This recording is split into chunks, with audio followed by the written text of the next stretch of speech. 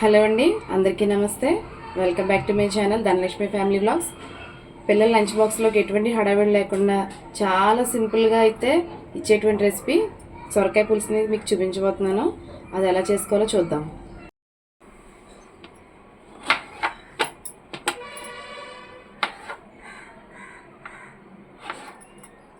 ఇలా medium size ముక్కలను అయితే కట్ చేసుకోవాలండి.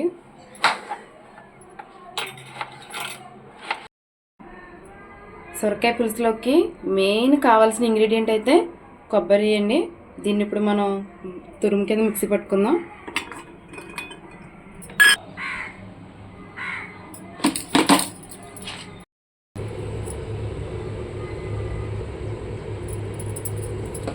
అలాగే ఆ పులుసులోకి కావాల్సిన మసాలా అయితే అల్లం, జీలకర్ర, ధనియాలు, వెల్లుల్లి, వీటిని మిక్సీ పట్టుకోవాలి.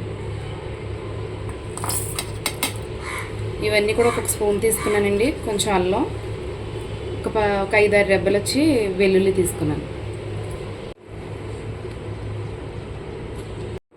ఇప్పుడు మనం ఒక కుక్కర్ తీసుకుని ముందుగా కట్ చేసి పెట్టుకున్న సొరకాయలు ఇందులో వేసుకోవాలి.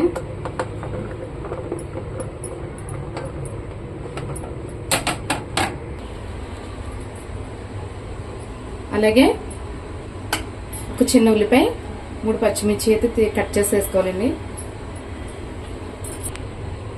కట్ చేసిన 2 టమాటా ముక్కలు, మనం ప్రిపేర్ చేసుకున్న మసాలా ఒక 2 స్పూన్స్,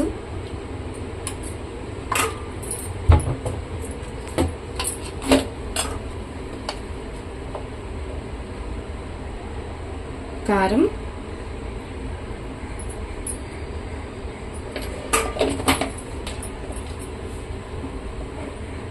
అలాగే సాల్ట్,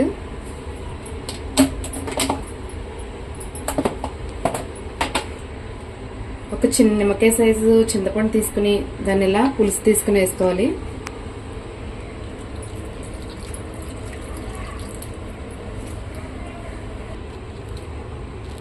ఇప్పుడు చూపించినవన్నీ యాడ్ చేసుకున్న తర్వాత కుక్కర్ విజిల్ అయితే పెట్టుకుని మనం ఒక 2 విజిల్స్ వచ్చేంత వరకు ఉంచుకోవాలి.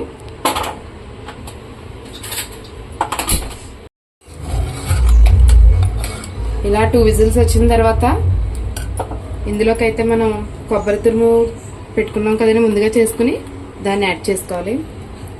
ఇది కుక్కర్లో ముందుగా అయితే యాడ్ చేస్తే దీంట్లో ఉన్న ఫ్లేవర్ అయితే పోతుందండి. అందుకని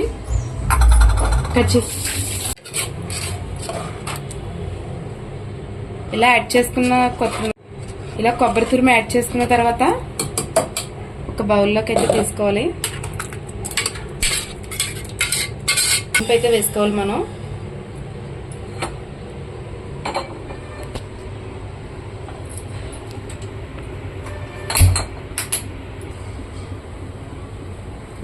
ఒక 2 స్పూన్స్ ఆయిల్ యాడ్ చేసుకుని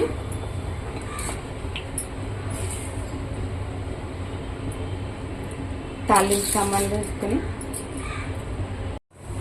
ఒక 1/2 స్పూన్ జీలకర్ర,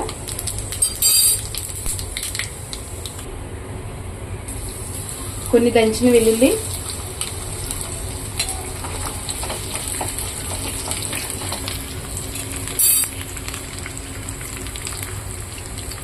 అలాగే 2 ఎండుమిర్చి,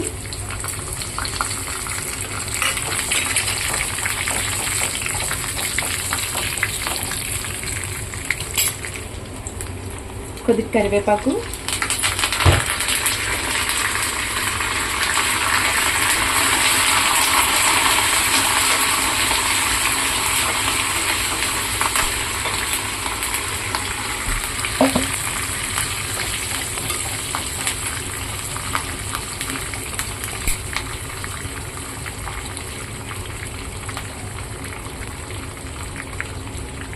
అలాగే కొద్దిగా ఇంగువ.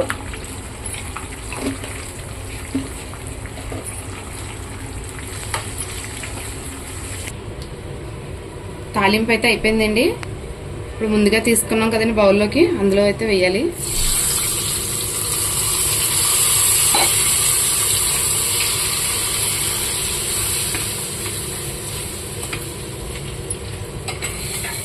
ఫైనల్గా అయితే కొంచెం కొత్తిమీర.